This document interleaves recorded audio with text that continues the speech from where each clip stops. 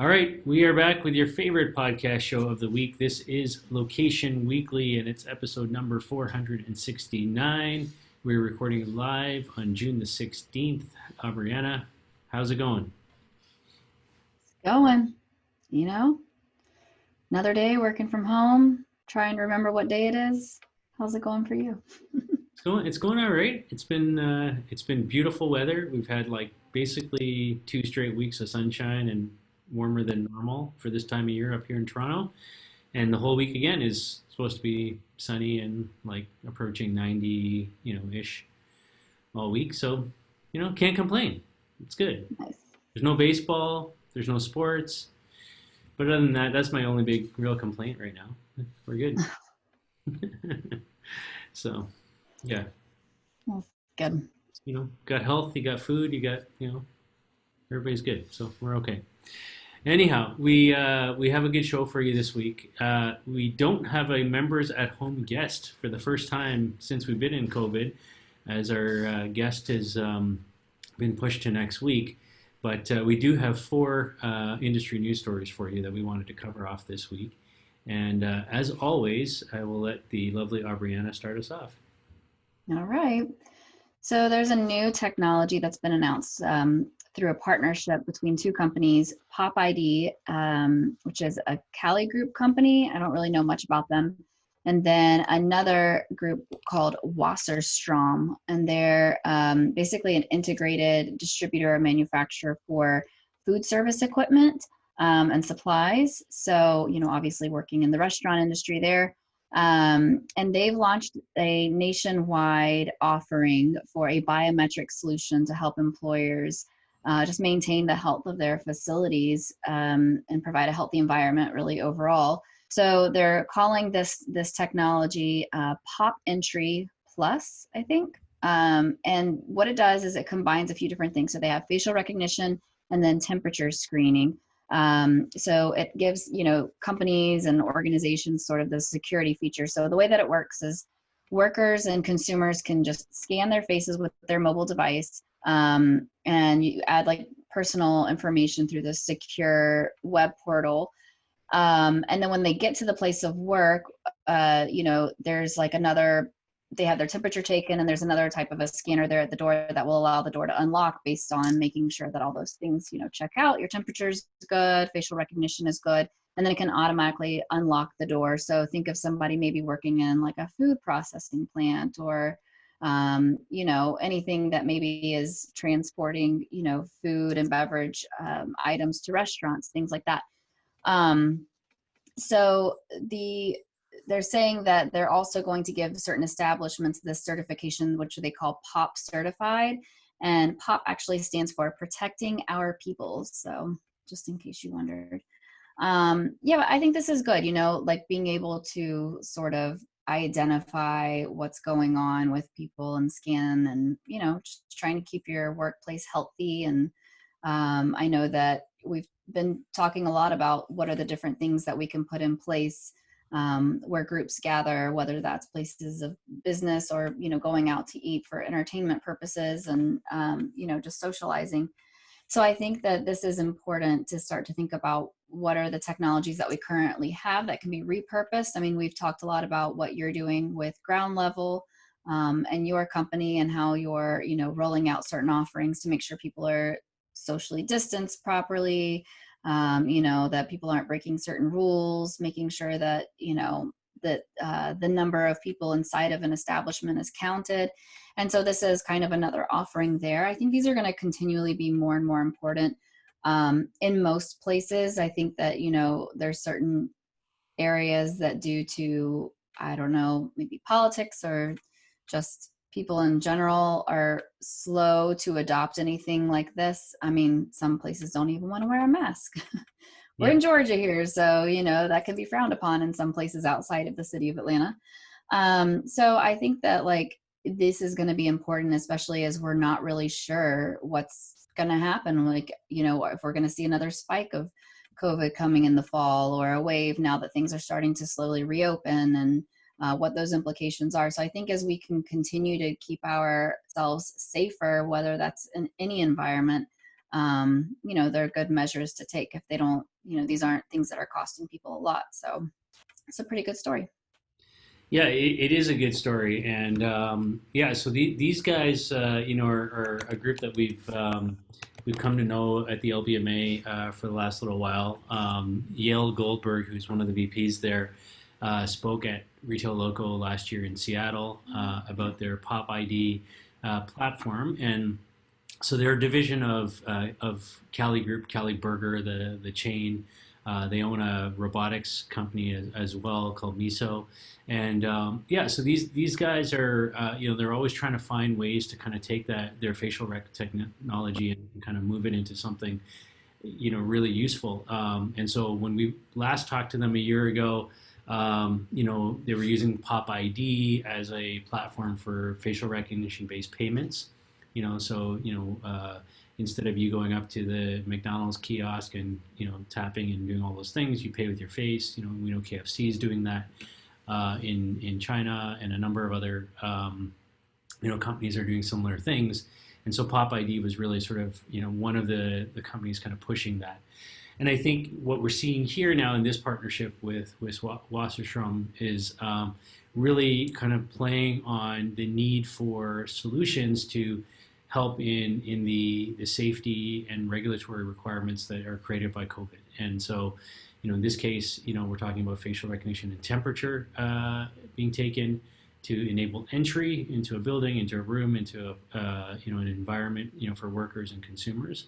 I think that's brilliant. As you pointed out, my other company, Ground Level Insights, we just launched 2 sensor-based products that are COVID compliance tools. One for people counting, for capacity, maintaining capacity restrictions and thresholds, and the other video analytics technology that analyzes CCTV to kind of measure social distancing and gathering size and face mask detection and all those kinds of things. So yeah, to your point, I think we're going to see a ton of these types of solutions right now. What I'm more interested in is are they point solutions, or are they things that can be integrated into broader data sets, for analytics purposes and insights and decision making purposes, or are we strictly seeing them as kind of, hey, we're just using it for exit and entry into this building, or whatever the case might be. So because I think that if we wind the clock back a few years in the world of the Location-Based Marketing Association, we think about things like beacon platforms. Really a lot of discussion, a lot of companies got into that space. A lot of people rolled out, beacons and pilots with beacons and push marketing messages and campaigns. The problem is 95% of those companies are gone now because they didn't do the work. They simply said, here's the use case. It's to push a marketing message when somebody walks by the beacon. Instead of thinking about, okay, how does this, data integrate into the point of sale and the CRM and the loyalty platforms and all the other things that are already there.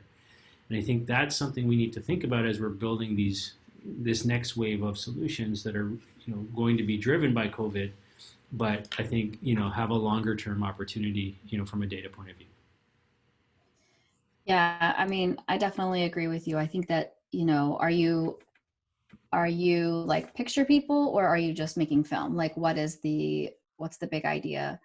Or are you moving people from one place to another, or are you just a taxi company? Like, what is your big mission? And so I think that looking at the long term of what any of these solutions are that are rolled out, like how can they be used in a non-COVID environment, and not so that whenever this is over, the companies are done for.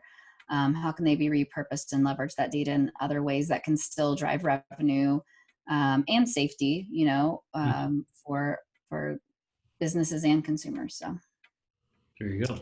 yeah. All right, jumping over to our second story. One of our members out of the UK is a company called Locomizer, and they've teamed up with a group that's called the Center for Cities to leverage their location data to help Britain understand, sort of the impact of the coronavirus on cities and large towns as they're, sort of moving into economic recovery and, moving into various stages of reopening.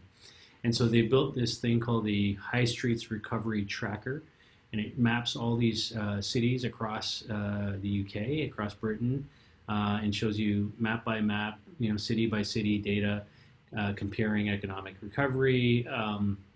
It ranks the cities in terms of traffic flows.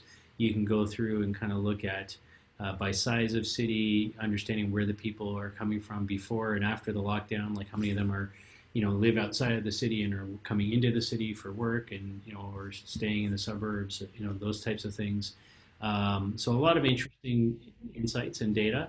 Obviously we've seen many location data companies out there, sharing data sets on, population movements and things like that. So, I think this is a UK solution for a UK market. So I think that's always good when sort of cities and government get behind the local the local solution providers to leverage data there. So you can check it out at centerforcities.org to learn more about it. Powered by Locomizer. Any thoughts on that?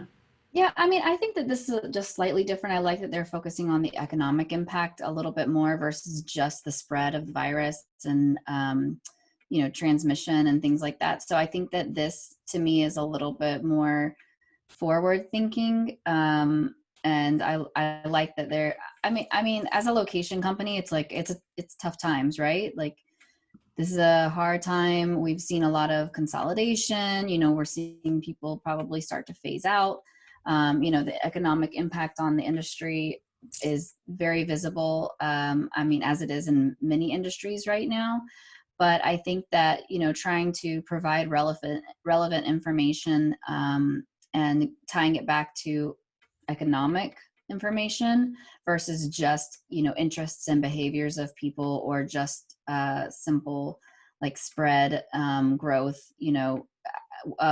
of the virus in specific cities as it pertains to the movement of people is really interesting. So I like that they are taking a slightly different approach than some of the traditional ones that we've seen. But like you said, they've got the data. So I think people are trying to figure out like, what's the spin we can put on this? What's something that we can put out there to stay relevant and show people the value of what we offer, in hopes that, we can provide some value in this environment and hopefully more as things start to open up again too. Mm-hmm. 100%. So yeah, check it out if you're in the UK. Take a look at centerforcities.org and see how your city is doing. Yeah. And on that same sort of topic, I mean, this is another company that's, kind of tweaking a little bit of their technology, and that's Mobiquity. And so they are releasing what they're calling sort of an update to their hotspot algorithm for measuring COVID traffic. So, they're an advertising technology provider. They've been around for quite a while. And so they're updating the location-based data to include new types of points of interest and probably ones that most of us have been okay visiting over the past several months. Things like, well, a little bit more okay than, your standard shopping mall or bowling alley. So they're including things like beaches, hiking trails, parks, public lands and campgrounds, scenic byways, and, just popular destinations. So I think we've definitely seen a huge spike in growth and people trying to, do things outdoors where there's a lot of open space and just, take in nature and clear their heads. We've been inside a lot over the past few months. I know my family in particularly, we're always trying to find a park to visit or, somewhere we can go hike and just get some fresh outdoor space while still being safely socially distanced from others. And so now that they're bringing this in, the algorithms are going to enhance the data and highlight, a location or category of locations and how that's changing over time. So is it exceeding historical norms? Is it, they're looking at pulled visitors from travel distance, like how far they've traveled to get to these specific places, and also be able to tell when it exceeds pre-COVID baseline standards. And then I guess in terms of like how they're going to monetize this and their business model here is they have two different ways that they intend to sell this. And one is, just probably more standard for them, which is building their unique audiences and their segments for marketers and advertisers that are researching how to leverage these evolving patterns.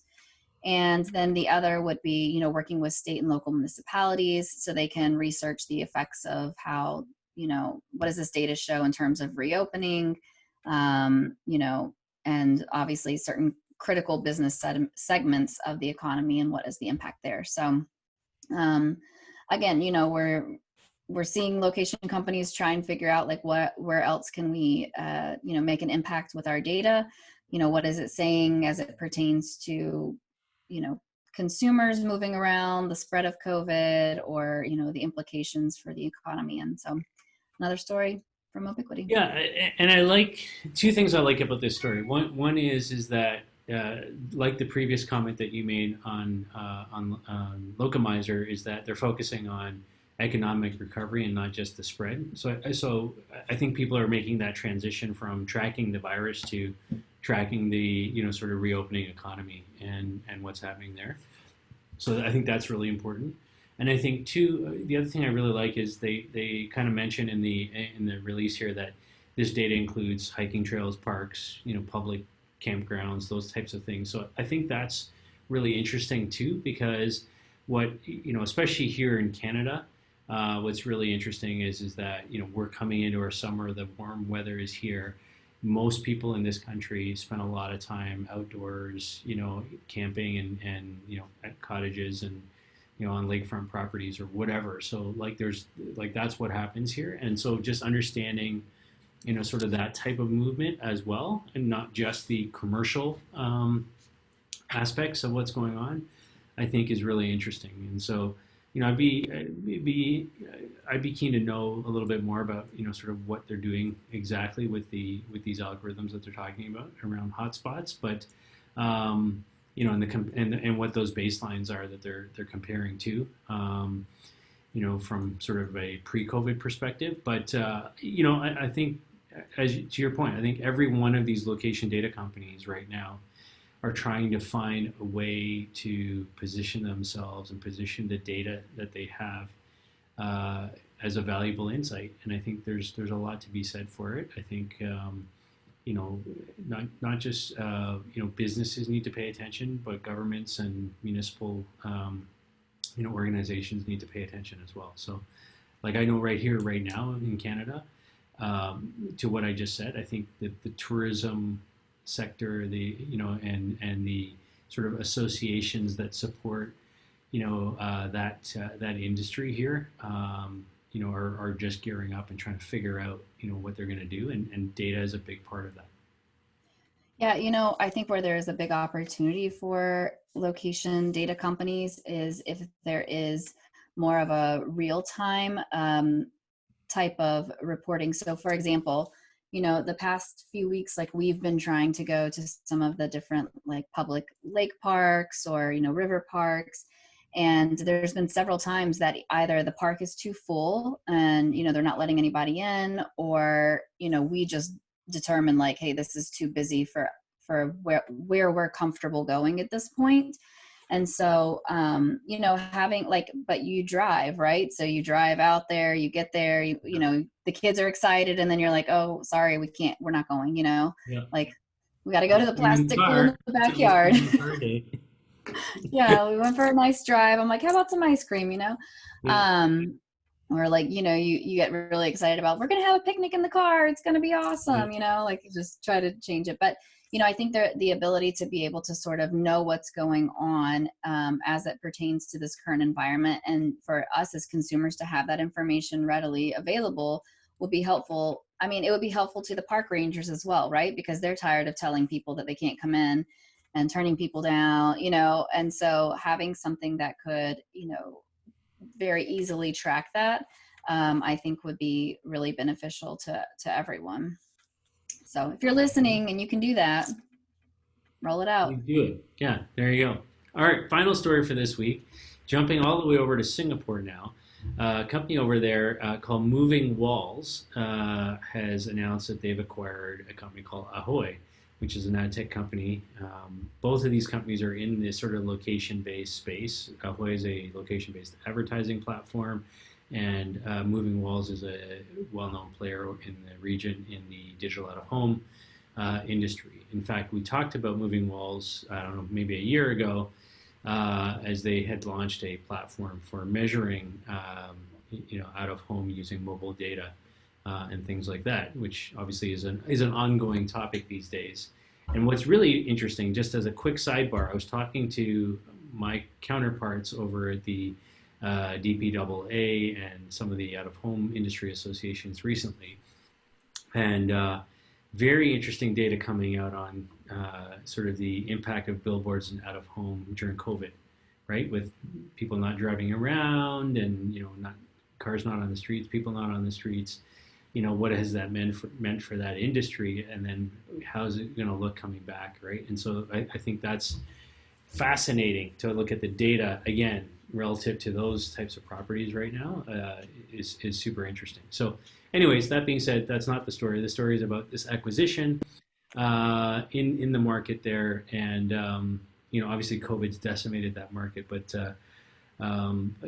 to a point that you made earlier and a point that we've made several weeks ago, I think COVID has created an opportunity for consolidation in the market. And so I'm going to speculate here that I think this is an opportunistic move on the part of Moving Walls to do this, given the impact that the COVID has likely had on Ahoy's mobile advertising business. And yeah, it's so the revenue numbers here, $13 billion is the out-of-home industry in the APAC region, in 2018. And mobile advertising is a $100 billion market in that region. So there's a lot of, that pie is big, and there's a lot of room here. So you just, an acquisition like this, gives you a nice little, foray into not just having the media, but having the ability to, sort of monetize and target media on the mobile framework with what these guys are doing, and kind of bringing those two data sets together. And together they have some interesting customers, like a big portfolio of brands, including Coca-Cola, Unilever, Pepsi, GlaxoSmithKline, and on and on and on. So it seems like a very good and logical partnership. Yeah, I mean, I don't have much to add on that, but it does make a lot of sense to sort of bridge those two mediums together and leverage the same data set to make and determine, how you're going to run your campaign and measure. So I like that. There you go. So that's our show for this week. Apologies again for no members at home guests this week. We will be back with that next week. And we thank you for listening and watching. This has been episode number 469 of Location Weekly. And if you have story ideas, if you have COVID solutions that we should be talking about, we want to hear about them. Reach out to us. Contact information is at the end of the show. We're easily found on all the social channels as well. Yeah, just continue to stay safe and healthy and distanced and all those things that we're supposed to be doing while you jump back into the economy to do what you want to do. So there you go. Thank you, everybody, and we'll talk soon. Bye.